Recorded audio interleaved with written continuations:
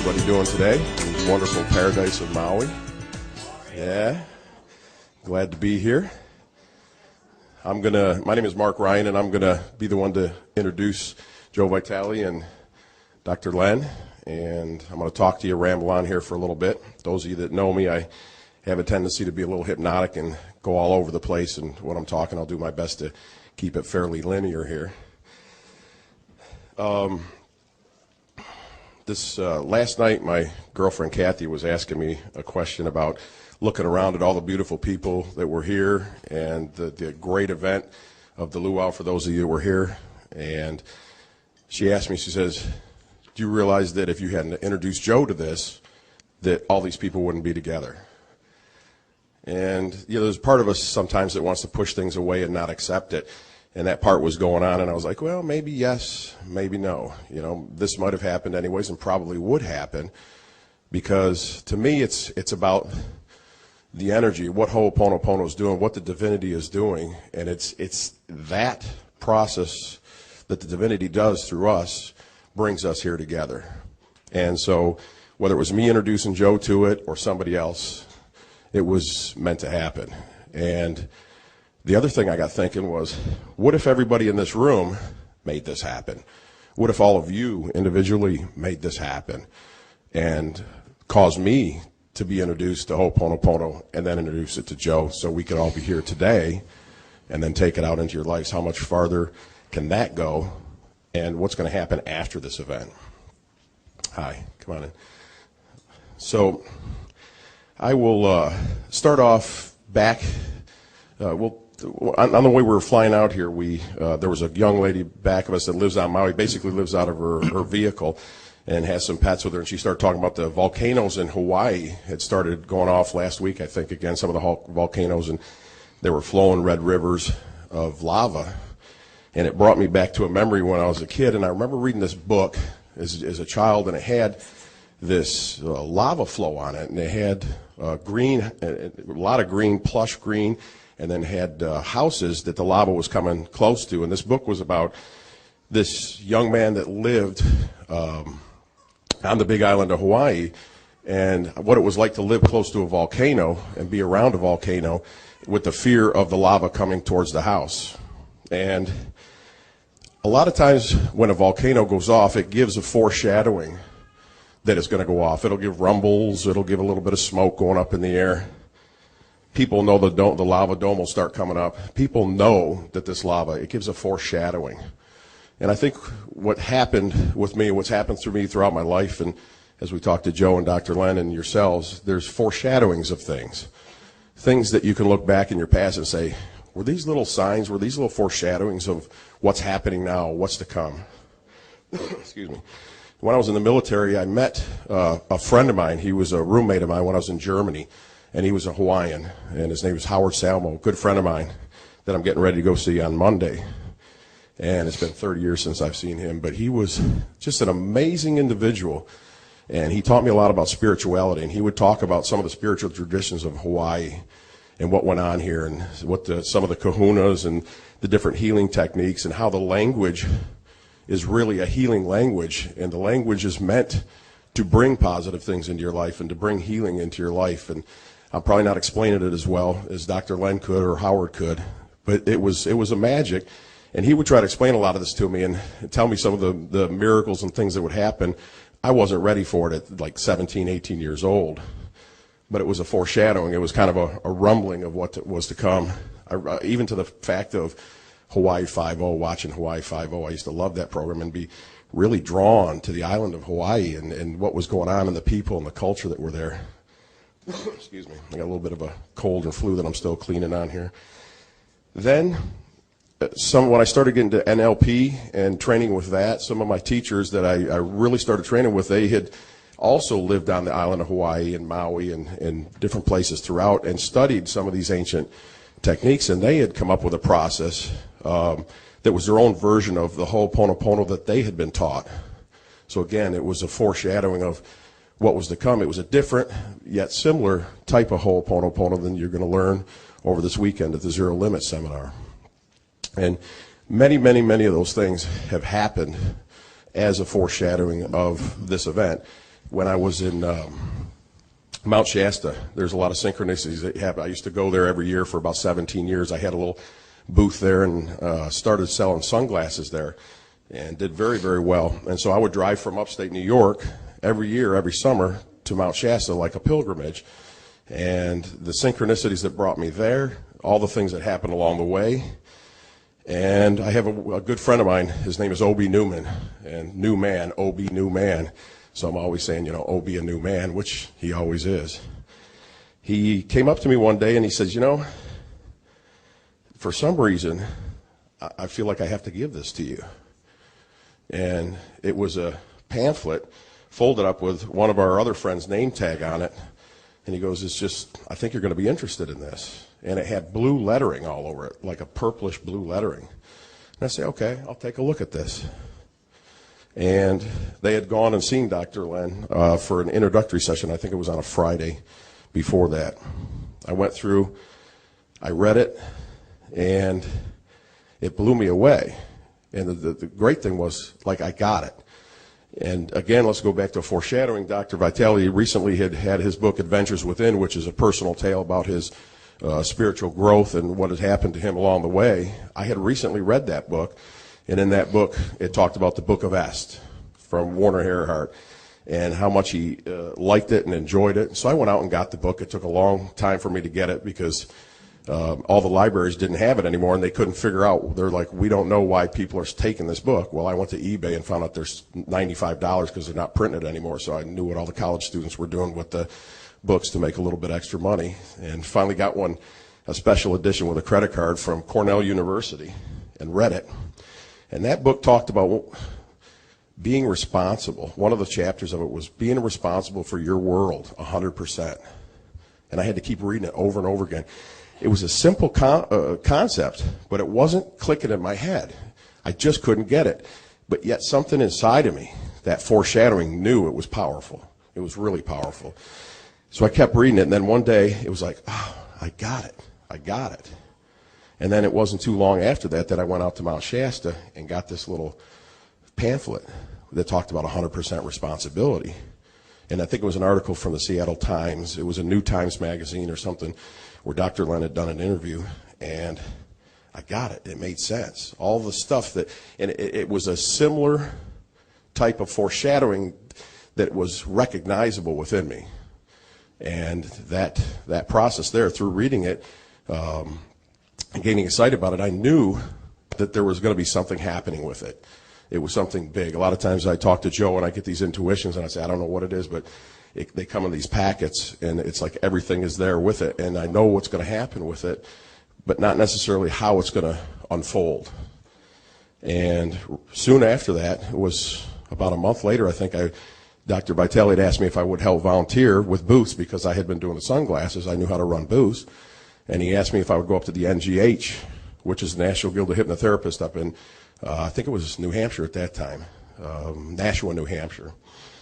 And I was fresh off of this experience of reading his book and then getting the pamphlet and reading the pamphlet and getting it and understanding it. And there was something in the foreshadowing, because he resides in that same place within me, of that same energy. When I met Joe years ago, that same type of thing happens. Like, this guy's going to be my friend. I don't know why I know this, but I know this. He's going to be a good friend.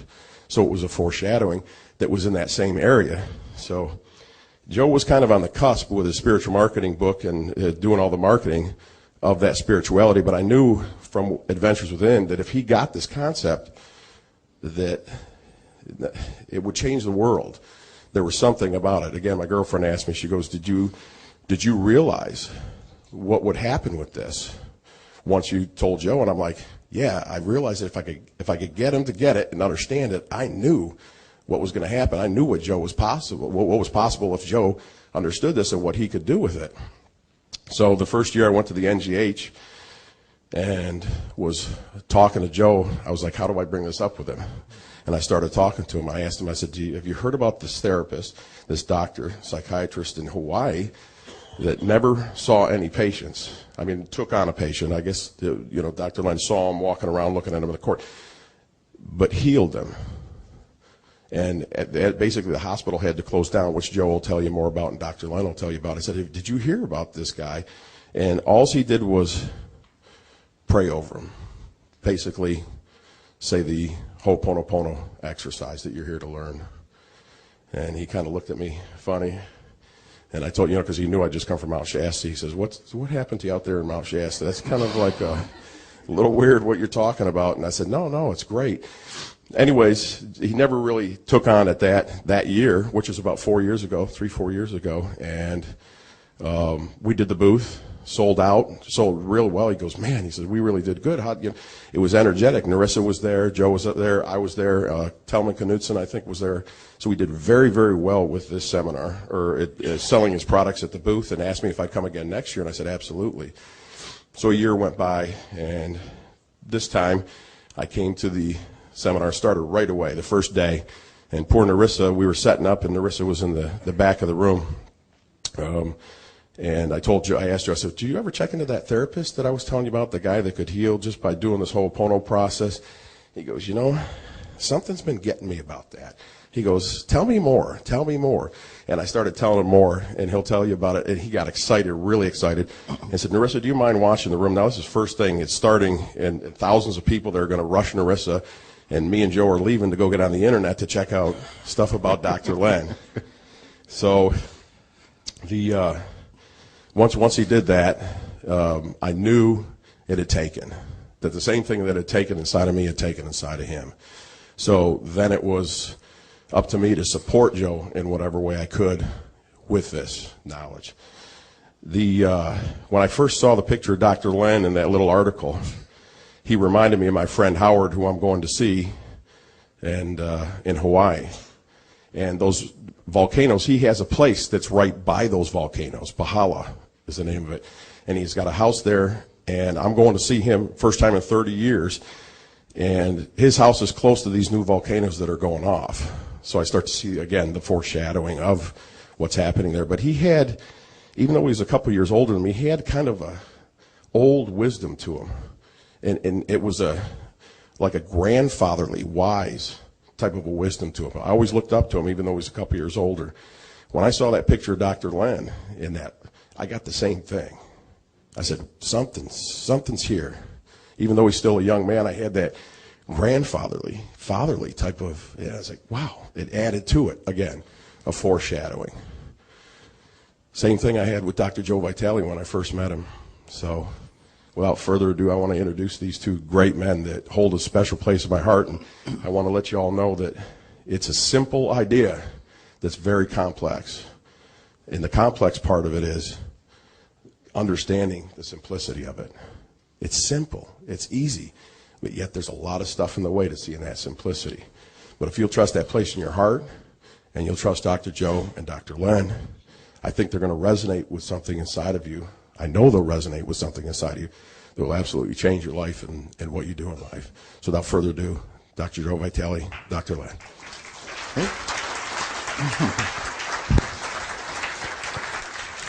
Thank you. I love you. Excellent.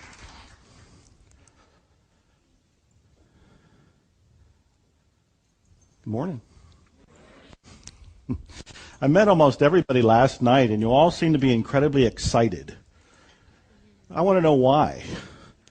What do you think you're going to get? Really, anybody? What do you think you're going to get? What are you excited about? Something that's going to change your life. More clearing. Somebody else. What are you doing here then? We got it already, she said. What are we doing here then? We're sharing the love and the energy. We're networking with the big guy. but she pointed upstairs. She says, we're networking with the big guy. That's excellent. That's excellent. I'll tell you what I think's going on. First of all, I got no agenda. He has no agenda. I have no notes. He has no notes. We have no outline. We have no PowerPoint. He has no outline. He has no PowerPoint. I think that we want to go here. And this, to me, I end up calling the whiteboard. The whiteboard can be called zero. The whiteboard can be called God. The whiteboard can be called life. But as soon as you call the whiteboard anything, including the whiteboard, you're one step removed away from it. I think we want to be at zero. We want to be at the place of zero limits. And anything we say about what we'd like to get out of it, anything we say about what we would like to do, anything we say about what this is, anything we say about the beliefs and limitations is all our garbage that we've written on the whiteboard. Now, Mark gave you this wonderful introduction, and it is true. He told me that wild story about this therapist that worked for the mental hospital for the criminally insane, who somehow did not work one-on-one with people. He saw them in the halls, but somehow managed to heal them. I found that man. I interviewed him on the phone at first, and he told me his name, Dr. E. Haleakala-Hu Lin. And he said, call me E for short. I said, thank you. I needed that break.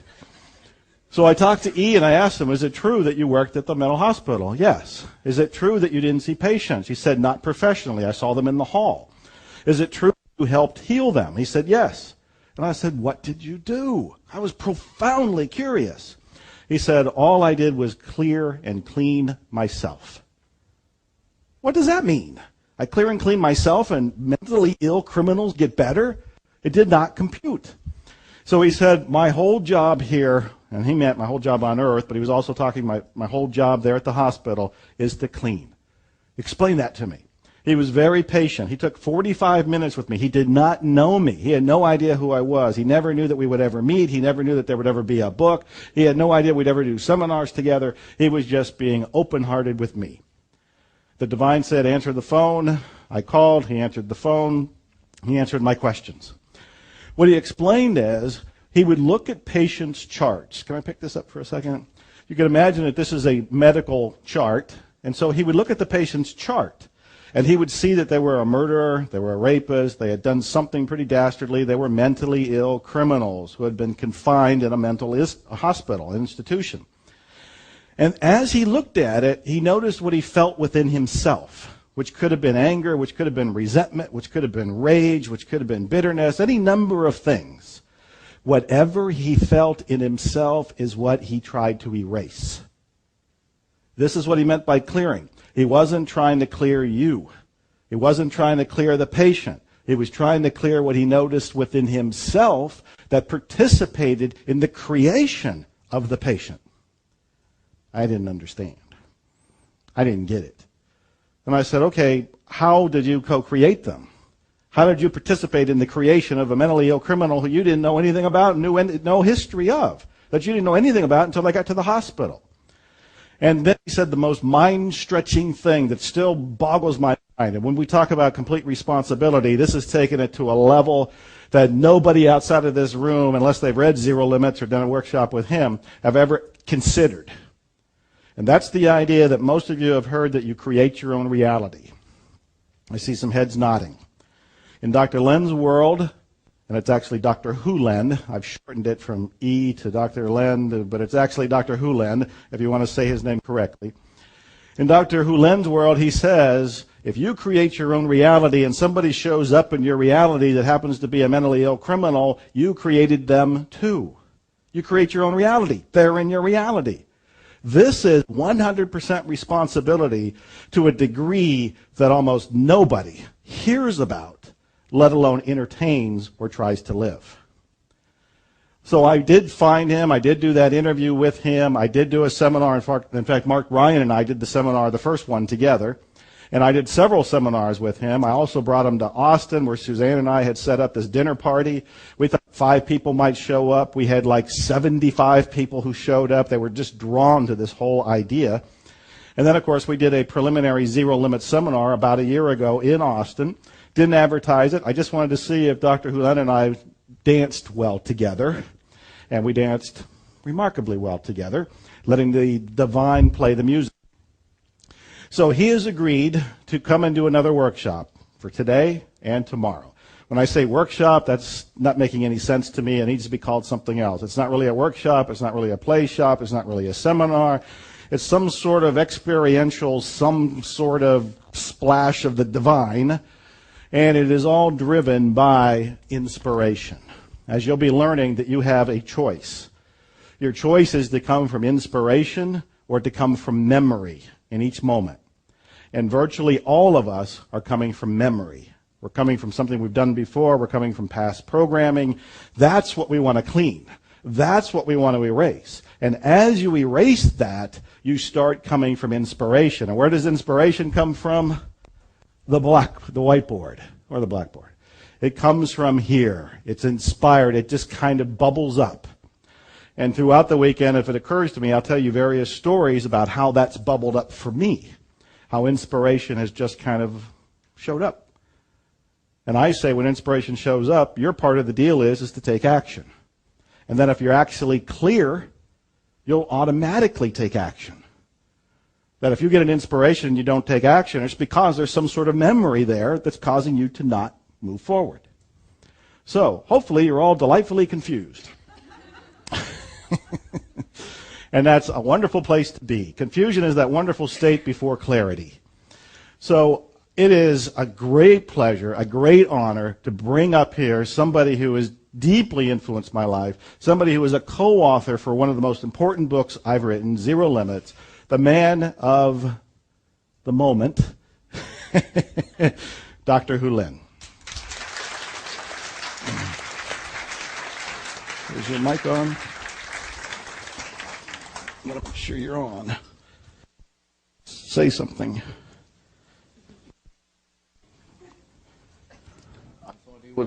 I thought he was going to say the man of La Mancha. You know? I'm going to open with a greeting in Hawaiian, and the purpose is to, if you brought in any garbage into the room, we want to take that back to zero. Yeah. Pua maya maya kapo iloko, akam lama lama, vau no kaha, ka male ola. O wao no ka poho, ke ka ele mamawaho a ino ke au pao. Ka I, ke kino iho na me au pao. Ka iau I ku u pi o na nui nui, mawaho a ino kai au pao. Ka ho o mao mao o mananao, a me na me au pao. O wao no ka ho, a me ka ha, he huna kamakani, nahi nahi, ka hua huna, o kumalipo, o wao no ka I am the I. I come forth from the void into light. I am the breath that nurtures life. I am that emptiness, that hollowness beyond all consciousness, the I, the id, the all. I draw my bow of rainbows across the waters, the continuum of minds with matters. I am the incoming and the outgoing of breath. The invisible, untouchable breeze, the undefinable atom of creation. I am the I. I was in North Carolina doing a class, and somebody sent me or gave me there, if I can find it. Somebody sent me a cartoon,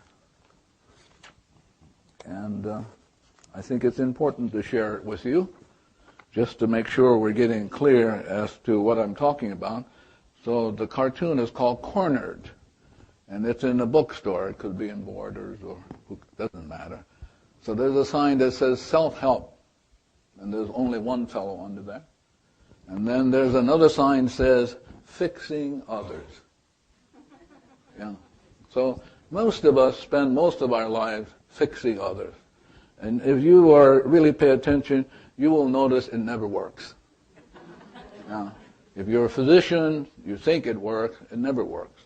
For example, in this great country of ours, by the time a cardiologist is 60 years old, he has a higher incidence of heart problems than the general population. So some of you who, Joe said I could say anything, so I'm going to say it. So some of you who are, quote, healers, I'm going to talk to you today particularly, because it's important for you to know what's going on in you. So I'm going to pose 5 questions today. I'm going to kind of address myself to it, and maybe I won't. Maybe it'll show up. Who knows? Yeah. So the first question I'm going to address myself to is a question that probably not too many people walking the earth can answer clearly. Clearly. And the question is, who am I? Who am I? As you know, the great philosopher Socrates says, know thyself. And most people have no idea who they are. And I suspect some of you don't either. So I'm going to go over this today or tomorrow, and Joe will give you some stories, and maybe some of you will have some stories. But who am I?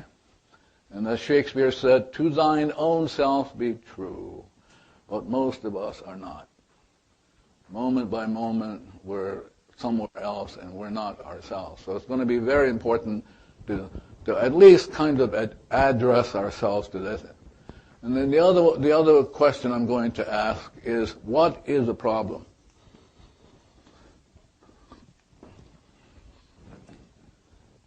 And most people have no idea what this is.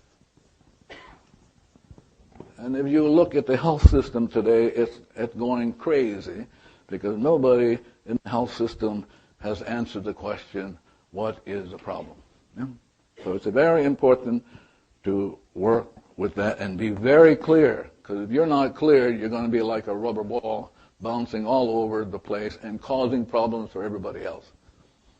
Then the third question, I think, is very important, and it's the question of 100% responsibility, is the question of where is the problem? Where is the problem? And this question deals with being 100% responsible. And as I say, kind of every class that I've ever given for the 25 years, the point always comes up, have you ever noticed that every time there's a problem, you are always there? Yeah. I mean, you are always there. Always. There's no exception. So we're going to look at where is the problem, because if you're not clear where the problem is, then too bad for the rest of us. Yeah? Because as you get clear as to who you are, what is the problem, where the problem is, the rest of us will be fine. Really. But as long as you can't answer any of this, the rest of us will be in hell, and you will be the creator now. Yeah? So it's very important. And then the question is, how can the problem be solved? How can the problem be solved?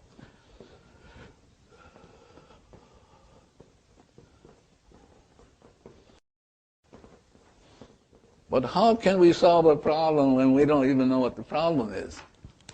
How can we solve a problem when we don't even know where it is? Truly, we have no idea. So I'm going to deal with this, and this 3 and 4 deal with being 100% responsible. It's very, very, very important to be 100% responsible.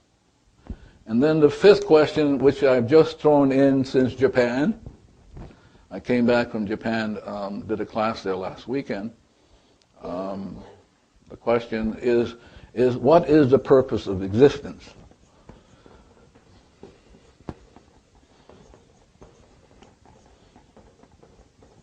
What is the purpose of existence? And nobody knows. Because if you knew, you wouldn't be here. Really, you would not be here. If you knew what a problem was, you would not be here. You would be wasting your time. Wasting it. You could be walking the beaches of Maui, or go up to the place where I live on the Big Island volcano, 5 miles from an active volcano, and any moment you go, and you're gone. Yeah? But since I live part of the year in California, Woodland Hills, you could go, be gone too.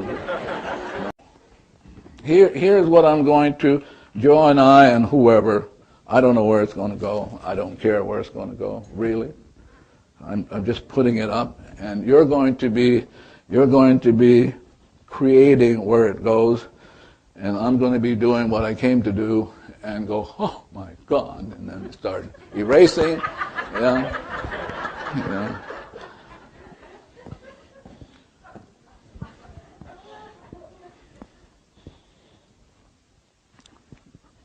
So, let's see, where do we begin? That's a very important question. Where is it? Where do we begin? Somebody tell me, where do we begin? If we're going to solve these, we're going to answer these questions, where do we begin? And be clear. Again, he says he's giving permission to be profane. So most of what you're going to say today is bullshit stuff. I mean, you are. I've heard it before. It's going to be sheer bullshit. So I'm getting ready, and here's what I'm getting ready with. Maybe Joe wants to say something. No, I just have a mic to hand to whoever wants to say something. Right there.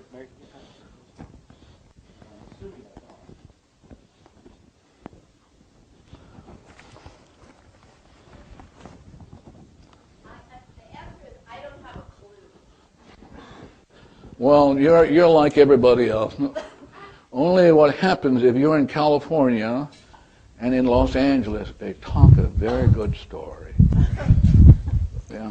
Whatever reason, the Los Angeles folks around Los Angeles, they'll always say, I know, and you know it's bullshit stuff.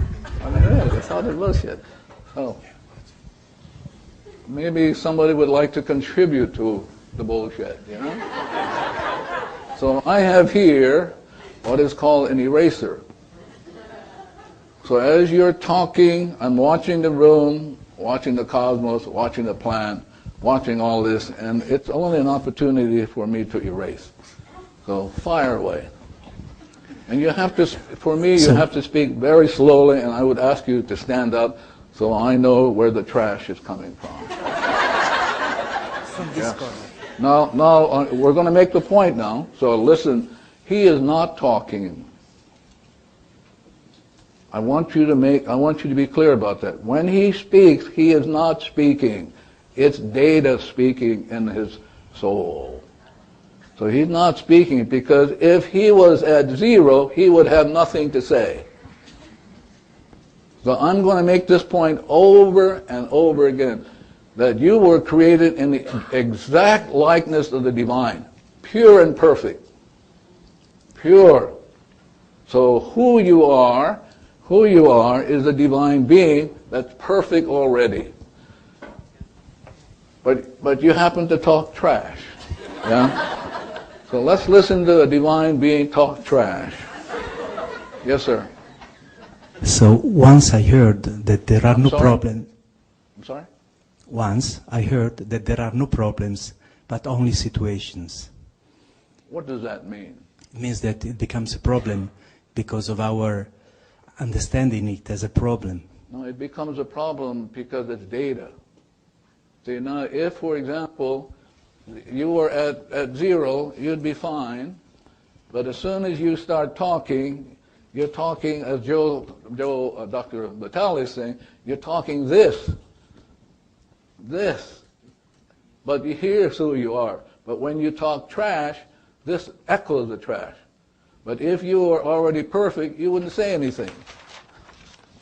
Zero. So what you're saying is nonsense. So I'm going to hit like that because I want to make sure you don't get away with bullshit.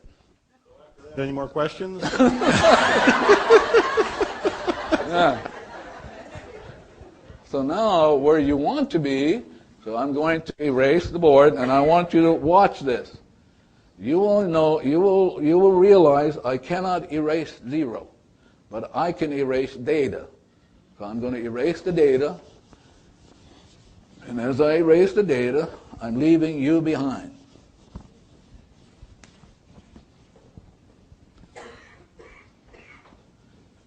This is you. This is what Shakespeare called blank. This is what Goethe in Faust calls stillness. This is what Jesus called purity of soul. This is what people like Buddha says void. So when you're at void, you're free, clear. peace beyond all comprehension. This is you. This is chaos. This is chaos on you. This is disease. This is problem. And this is what Buddha calls suffering. That when the data plays, which is a memory replaying, as Dr. Vitale pointed out, you're stuck. I don't care what you say, it's trash. But now, if you're willing to let go... Can I add one thing? Oh, please be my guest. So he said, I have a problem, but he heard that he can call it, I have a situation. I'm writing it down so that you can visibly see that this is just data reframed with a different word in it. It is still a program, it is still trash, it is still something that can be erased. It's exactly the same thing, you just used a different word on it, but that word was also taking you away from zero. Taking you away from yourself. Pure in heart. You have given up. Don't go away, Dr. Vitale. Come. So you have given up yourself, pure in heart, for trash. Trash. I mean, can you imagine giving up a pure soul for trash? And this is what we do moment to moment. We're trashy. Yeah.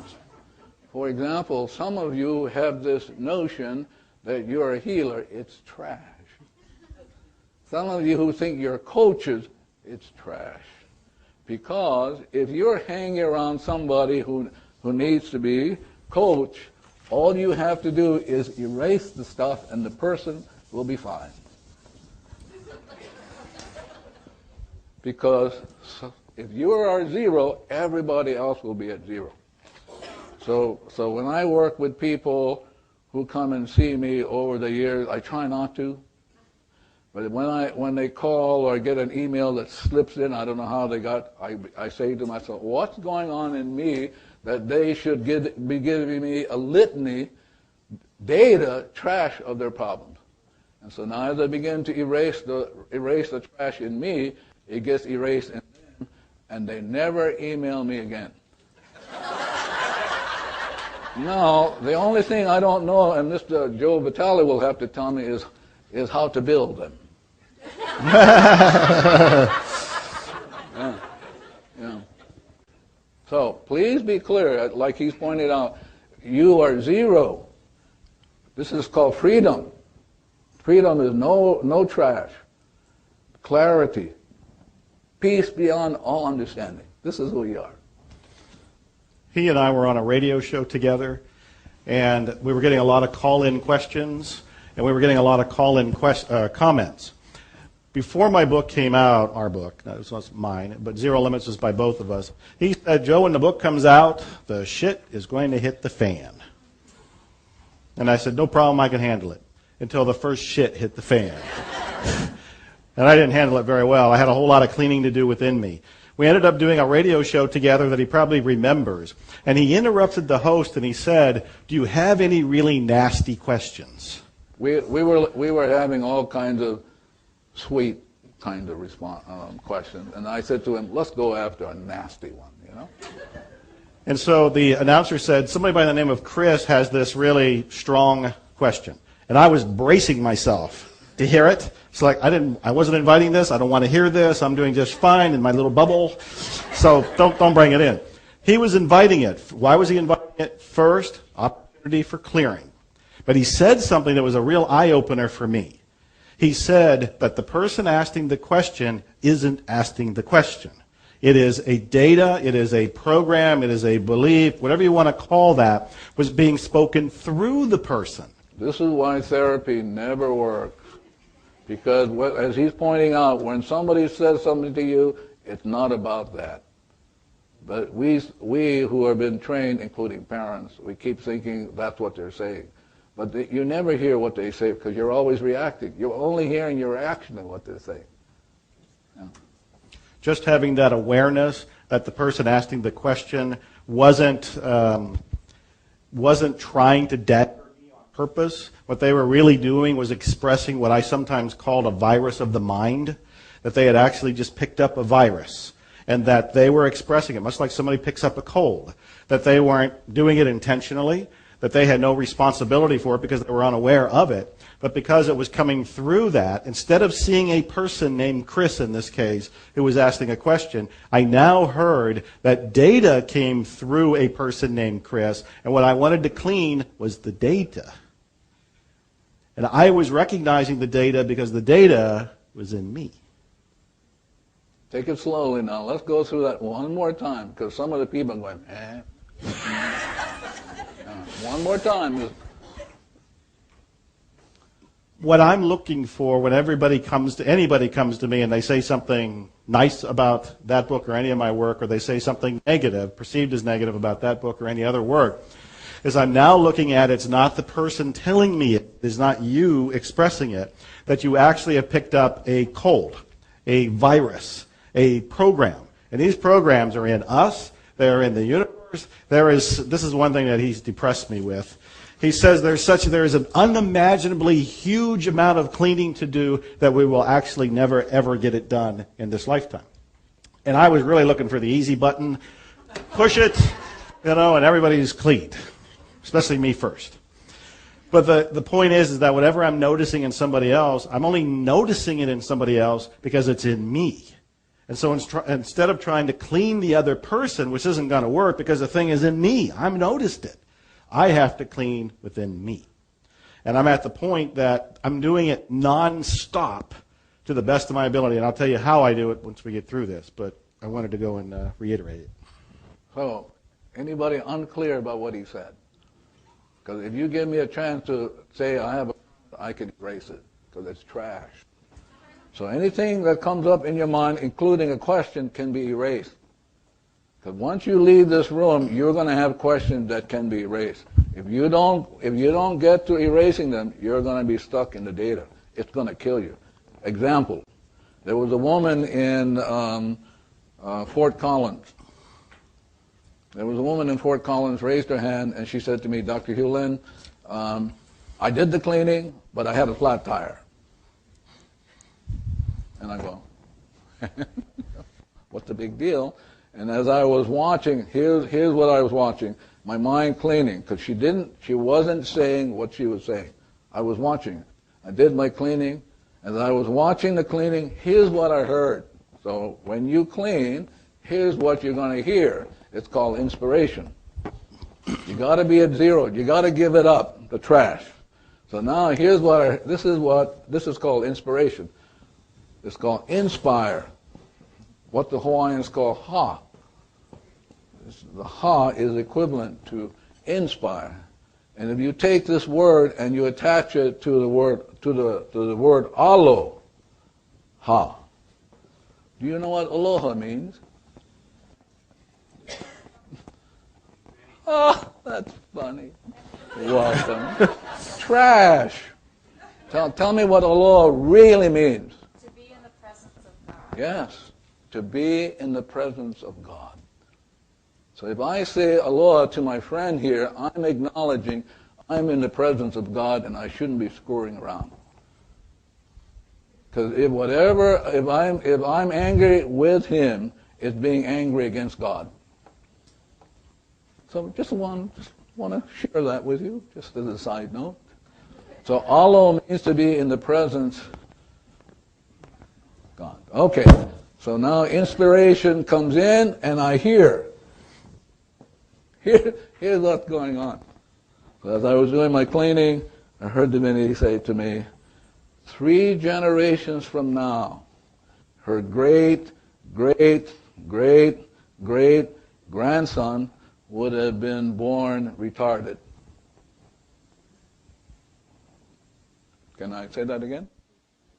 So doing the cleaning, the opportunity to clean, prevented a memory from producing in her family a retarded person. Let's kind of hang around with that a little bit. Maybe you kind of pay attention. You ought to do more cleaning, be more at zero. I mean, really. In Charlotte, I was doing a class in Charlotte. A woman says, "I only have a small question, Dr. Ulan." Bullshit stuff. So the question comes up, and I'm cleaning. I'm watching my mind, seeing what's coming up. I'm cleaning, and I'm watching it, and I hear the divinity say to me, "Ask her a question, just to see what she will do." And I went, blah, blah, blah, blah, and up she came. And what I saw, and I did the cleaning with, lunchtime, I went to lunch, and she came to see me, because I already know what the problem was. She had suicide. That's what I was working on. All the women in this world who feel down, dislocated, unloved, uncared for, commit suicide. In Japan, where I just came from, 30,000 people a year commit suicide. Yeah, but don't you commit suicide in your mind? Yeah, you do it all the time. So the point is, what Joe Vitale and I are pointing out, you better get to zero. Don't try to figure anything out. If you have a question in this room, that's great. Outside of this room, if you hang around with questions, it's going to take you down. It's going to take you down. I'm only here to say hello. We're going to handle questions in this room, but I want the questions will teach you more. Yes?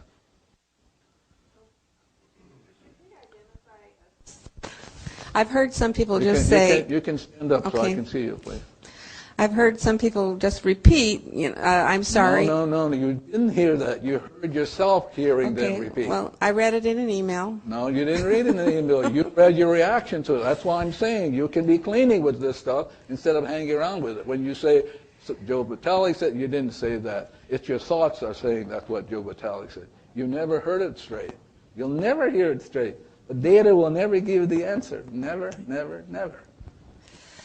My question was, it didn't seem to be addressing anything in particular, and I'm wondering if the cleaning should have a subject. Why is that? Huh? Why is that? I don't know. I'm asking. I don't know either. You don't know? No, why? But you'll never know. That's the point I'm telling you. If you say, I love you, you don't know what divinity is going to do. You're not the one that's going to heal. The divinity is going to heal. You have to be responsible. But you don't have any idea what's going to be worked on. So if I just went around saying... No, you got to be careful about saying that sort of stuff. Yeah. Well, can you give us some guidelines? Because that's what I'm here to learn. Yeah, but the guideline is just say, I love you. All the time? Well, if you want to do it all the time. But that's the guideline, is be 100% responsible.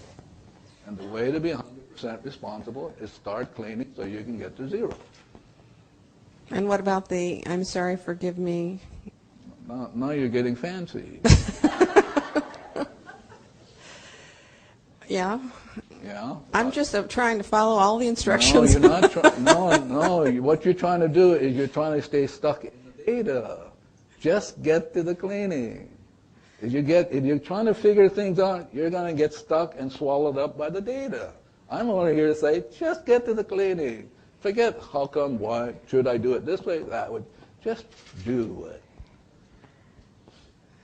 Okay. See, now you're rippling over here, and she's got a question, but it's trash too. Okay. Because if you and I were at zero, you wouldn't be asking all this. Now I'm saying to these people who are watching you, they think it's you and me, but it's the trash in them. Yeah, I know it's a very different way. So just get to the cleaning. That's the story. Forget about trying to figure out what's going on. The intellect will not have. Listen, watch this. I just want to make a point over here because it's very important for you to know. So let this be the conscious mind. Let this be the subconscious. For every 1 byte of information that this is aware of, 1 million it's not aware of. So at any given second, it's 15 bytes per second conscious, so it's 15 million. 15 million you're not aware of. Huh? Yeah, and you're saying, I know? You're saying, what, I'm going to clean a specific thing? No, just say, I love you, thank you. Forget about trying to get it. Look at this intellect part of you, trying to figure everything out. Look at this stuff. When there's a tumultuous kind of activity going below your consciousness. So the story is, I'm only here to I guess, promote it. Just clean. Give up trying to. Yeah. Now she's going to be talking. You have a. Now she's going to be talking. You have an opportunity to clean now because it's trash. I thank you for that. Yeah. Well, it is trash. I'm going to tell her it's trash. I know it's because trash. If she was at zero, he told me it's okay to be really pointed. So if you're at zero, you wouldn't be clean, you wouldn't be speaking. And if she has a question, she could have cleaned it, and she wouldn't have it. But now we're going to have to put up with it because she's giving you a chance to clean. You understand this? She's giving every one of you a chance to clean, but you're just sitting there because you think it's her problem. Yeah. So let's hear what the trash is. As I'm cleaning.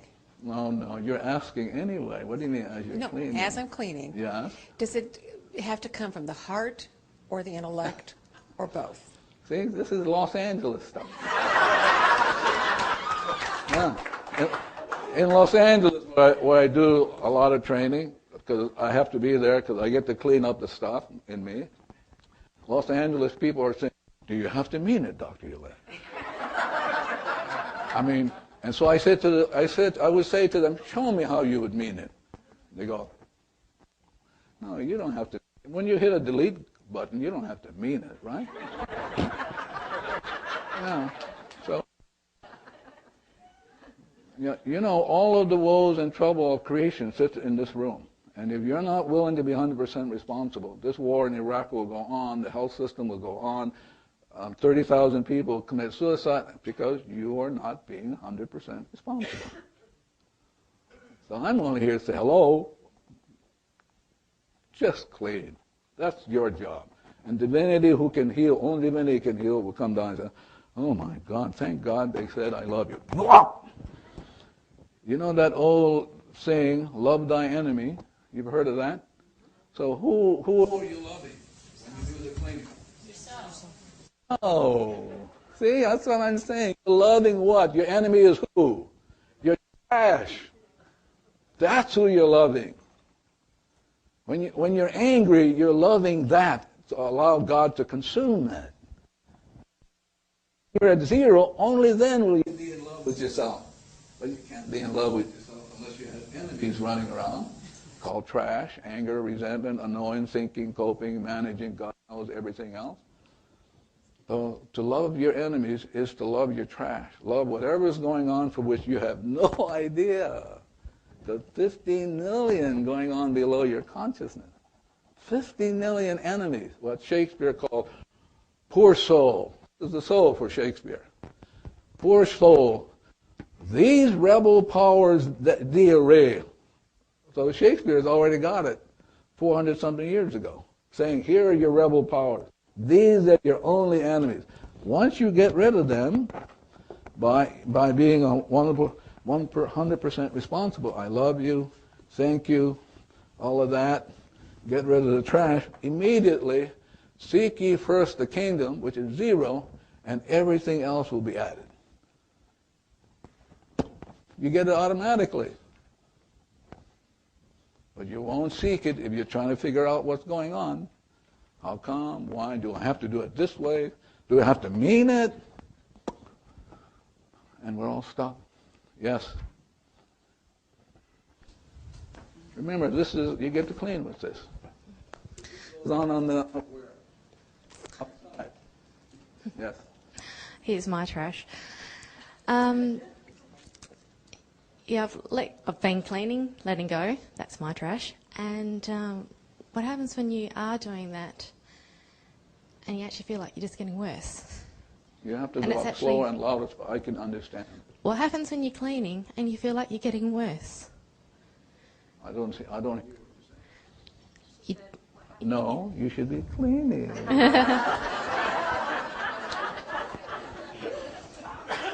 I mean, you should be cleaning. Blessed are the pure in heart, for they shall see God. But you can't be pure in heart. You've got trash running around. So let me hear it one more time as I clean. So be very specific. Give me for an example. okay. I started clear. Well, I have been clearing, Yes? but I also find it harder to get out of bed and deal with the pain and the tiredness all the time. And then it gets to a stage where I can't clear anymore. And I found it even very difficult to get here and keep going. Yeah. So I'm going to show you how to do it today. You can do it automatically without being conscious of it. I'm going to show you how to do that. But I have to get through the trash. Yes? Yes. What do you think about if you're not thinking about anything? It's bullshit what you're thinking about. It's bullshit. You're not at zero. I'm trying to get you back to zero. Well, but you're giving me bullshit stuff. Yes, probably. Yeah, not probably, you are. Yeah. So I'm saying to you that if that guy was cleaning, you wouldn't have asked that question. But see, he thinks it's you. I mean, really. Because you can only ask a question if he had it in him already. You guys need to know that. That all of the woes and problems are already in you. You already came in. So if you're going to ask that question, you've asked it a million times. But he was around too. He could have been cleaning. Had he cleaned, you would not have asked that. He would have erased it. This is really beautiful if you're willing to be yourself. So why don't we just all ask crazy questions and just, they Well, because you're going to be like you. There's going to be people around you because you're asking questions. You're making comments. But can you imagine if you were constantly cleaning, everybody would be in heaven. That's what they do. This is what the training of folks around all of you. You're going to help people.